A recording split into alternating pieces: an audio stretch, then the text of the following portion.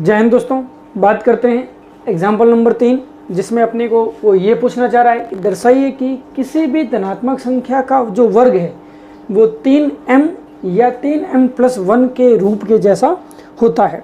अब इस धनात्मक संख्या के बारे में सोचना है जिससे कि आप इस पर पहुंच सकें, जिसके अंदर 3 आता हो। तो आपने एग्जाम्पल नंबर 1, इसी एग्जाम्पल नंबर 3 है, इसके पहले अपन ने 2 एग्जाम्पल और करे हैं। तो एग्जाम्पल नंबर 1 में आपने ये प्रूव करा है कि हम जानते हैं, आपने वहाँ प्रूव करा है किसी धनात्मक संख्या का रूप कैसा होता है। यहाँ पर वर्ग करना है, लेकिन अभी अपन क्या लिखेंगे, सिर्फ धनात्मक संख्या। हम जानते हैं, क्या जानते हैं, कोई भी धनात्मक संख्या का जो रूप होता है, धनात्मक संख्या का जो रूप होगा वो रूप होगा या तो 3q के जैसा, या 3q+1 के जैसा, या 3q+2 के रूप की। ये आपने प्रूव करा है एग्जाम्पल नंबर 1 के अंदर। अब सर आप यही क्यों ले रहे हैं? इसलिए क्योंकि वो पढ़ा भी है आपने और उसमें कोई ज़्यादा दिक्कत वाली बात नहीं होगी। इसमें भी 3 आ रहा है और इसमें भी 3 आ रहा है, इसलिए इसको लिया। यहाँ पर कुछ और होता तो कुछ और सोचना पड़ता और वहाँ से कुछ निकालना पड़ता। अभी अपने को धनात्मक संख्या का रूप ऐसा है, अभी उसका वर्ग करना है ना। यदि यह माना किसी पूर्णांक a के लिए, यानी 3q जो है, ये q भी एक पूर्णांक ही है, ये भी एक पूर्णांक है, ये भी एक पूर्णांक है, ये भी एक पूर्णांक है। तो माना कि ये a है, ये भी a है, ये भी a है ना। ये अपने को एक पूर्णांक मानना पड़ेगा, जैसा कि अपने को यूक्लिड विभाजन विधि के अंदर अपन ने a के बारे में जाना था।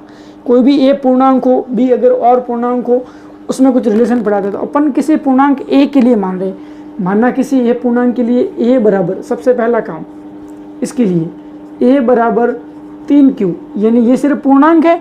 अब इसका मुझे क्या पूछ रहा है, वर्ग पूछ रहा है। तो इस पूर्णांक का क्या करना पड़ेगा, वर्ग करना पड़ेगा।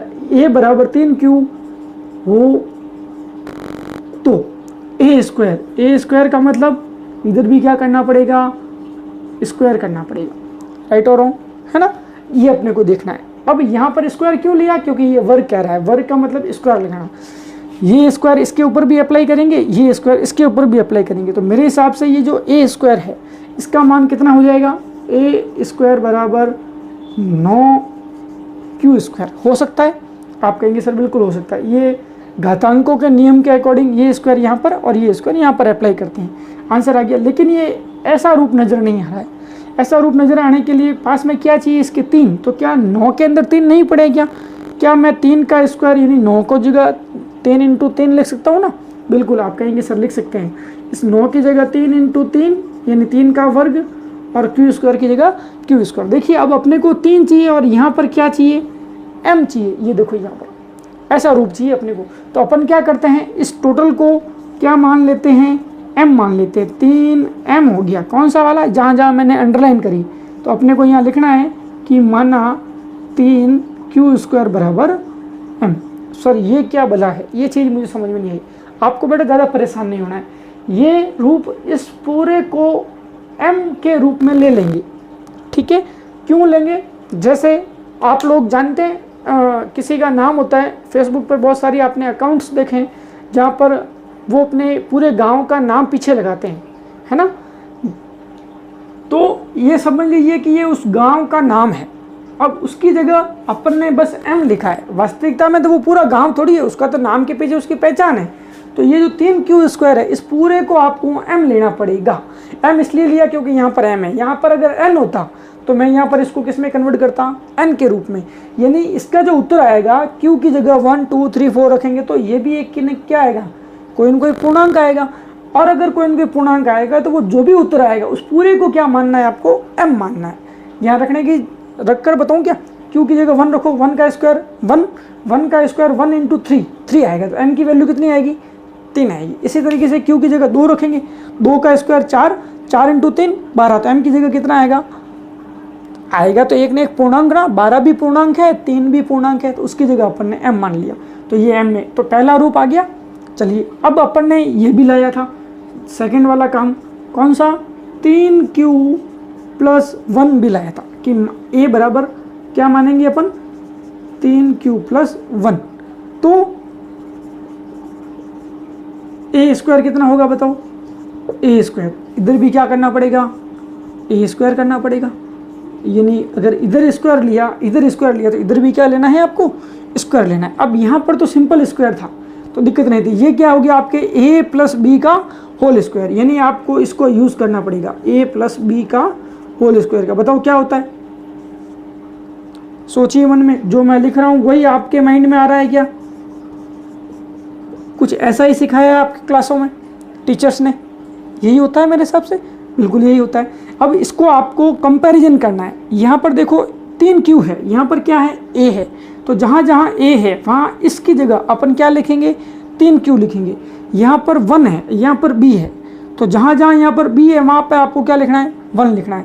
अब इस प्रकार a स्क्वायर, इधर वाला काम है ना, इधर वाले को कंपैरिजन नहीं करना आपको, इधर वाले का करना है।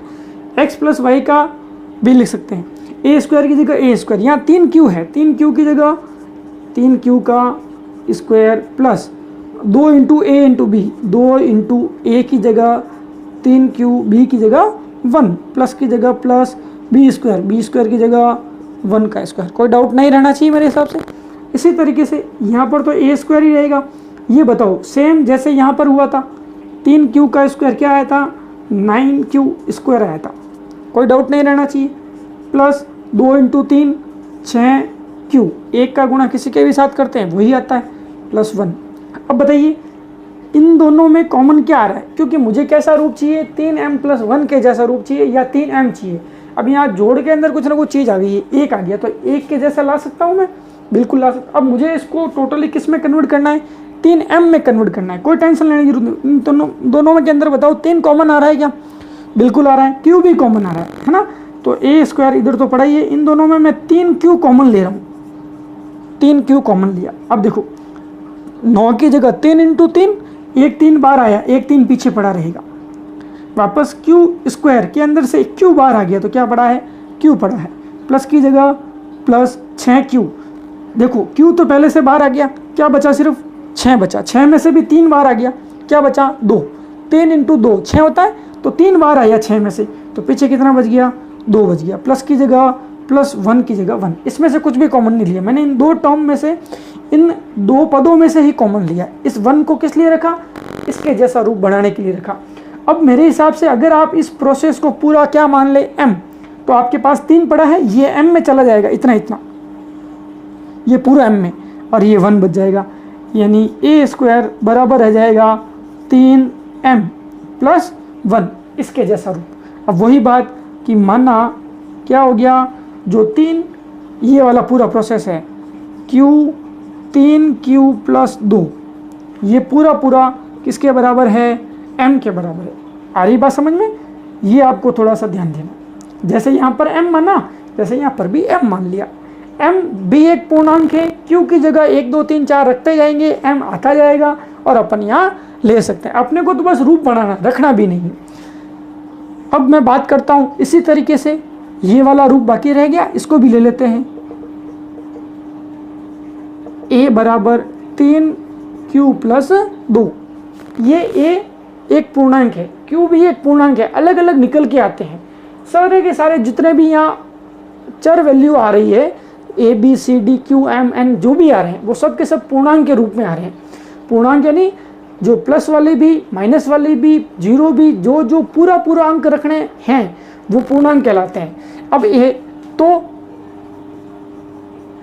a स्क्वायर, इधर भी क्या करना पड़ेगा, स्क्वायर करना पड़ेगा। इधर भी आपको किसका यूज करना है, a+b का होल स्क्वायर का। क्या होता है, कुछ ऐसा ही होता है मेरे हिसाब से, और आपके हिसाब से भी a+b का होल स्क्वायर ऐसा ही होता है। ये हिंट है, आपको एग्जाम में लिखने चाहिए, एग्जामिनर पर अच्छा इंप्रेशन पड़ता है। इसी तरीके से जैसे यहाँ पर ओपन करा, a+b का होल स्क्वायर में ओपन करने जा रहा हूँ डायरेक्टली, 9q² प्लस 3 × 2 6 दूनी 12q प्लस 2 का स्क्वायर 4, यानी a² + 2ab + b²। अब मैं यहाँ पर ज़्यादा आपकी जगह वेस्ट नहीं करूँगा। अब बताइए क्या इन सब में पीछे 1 आ रहा है क्या? मुझे तो कैसा रूप चाहिए, या तो ऐसा रूप चाहिए या फिर ऐसा।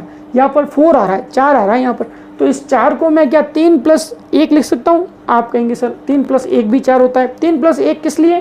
क्योंकि सब में से क्या कॉमन ले लूँ मैं? 3 कॉमन ले लूँ। इन दोनों में 3 कॉमन आ रहा है, इसमें नहीं आ रहा है, तो अब मैं क्या करता हूँ, इसको एक अलग रूप लिखता हूँ। मैं देखो इसको नहीं छेड़ रहा हूँ, ये एज इट इज पड़ा है, मैं सिर्फ RHS वाले को छेड़ रहा हूँ।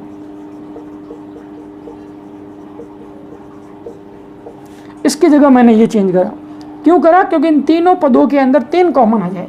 a² बराबर 3 कॉमन आया, 3 कॉमन आया तो 3 बच गया, q² कुछ भी नहीं लिया, प्लस की जगह प्लस, 3 में से 12 में से 3 कॉमन आए, 4 बचे, 4 × 12 होता है, q नहीं लिया, यहाँ पर q तो लिया नहीं, सिर्फ संख्या ली, प्लस की जगह प्लस, 3 बाहर ले लिया, 3 में से 3 बाहर लेते हैं तो 0 नहीं बचता है बेटा, 1 बचता है। 3 को क्या आप 3 × 1 लिख सकते हो? तो आपने 3 बाहर लिया 3 में से, तो पीछे क्या बच जाएगा? 1 बच जाएगा, तो ये 1 बचा, प्लस ये ब्रैकेट बंद और +1 की जगह +1, इसको आपको नहीं छेड़ना है। 1 क्यों बचाया? यहाँ बन जाए। 3 क्यों लिखा? 3 लिखने से 2 + 2 भी 4 होता है। 3 किस लिए लिखा? 3 लिखने से 3 कॉमन आ जाएगा और मुझे इसको m बनाने में कोई परेशानी नहीं आएगी। अब यहाँ पर a² जैसा यहाँ पर हुआ था वहाँ ऐसा यहाँ पर भी, ये पूरा का पूरा ब्रैकेट क्या मान लूँगा मैं? m के रूप में, प्लस की जगह प्लस, तो ये रूप आ गया। देखो कैसे भी करें आप ऐसा रूप ला सकते हैं। यानी यहाँ पर माना क्या, ये जो ब्रैकेट है 3q² + 4q + 1 किसके बराबर? m के बराबर। आपके मन में ये भी आ रहा होगा सर यहाँ पर अलग m लिया, यहाँ पर अलग m लिया, यहाँ पर अलग m लिया, तो अलग अलग उत्तर आना चाहिए। चाहे उत्तर कुछ भी आए, आएगा एक पूर्णांक। ओवरऑल इस चैप्टर के अंदर आपको बार बार पूर्णांक परेशान करेगा, इंटीजर जिसे कहते हैं इंग्लिश मीडियम वालों के लिए, उसके लिए आपको परेशान नहीं होना है। अलग अलग इंटीजर अलग अलग कंडीशन पर आते हैं, अलग अलग पूर्णांक आते हैं, आपको तो बस उसके रूप को ढूंढना है और उसको लिखना है। अतः जो रूप था आपके पास संख्या का रूप, वो कैसा आ गया? किसी भी धनात्मक संख्या का वर्ग, धनात्मक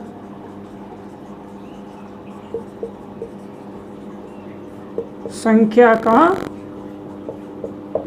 वर्ग जो है वो आपके पास कैसा निकल के आ रहा है? यहाँ पर तो आ रहा है मेरे पास 3m के जैसा। दूसरी एक और कंडीशन ली थी तो कैसा आया था? 3m + 1 के जैसा। तीसरी और कंडीशन ली तो भी कैसा आया? 3m + 1 के जैसे है। तो ये मेरे हिसाब से कोई दिक्कत नहीं होना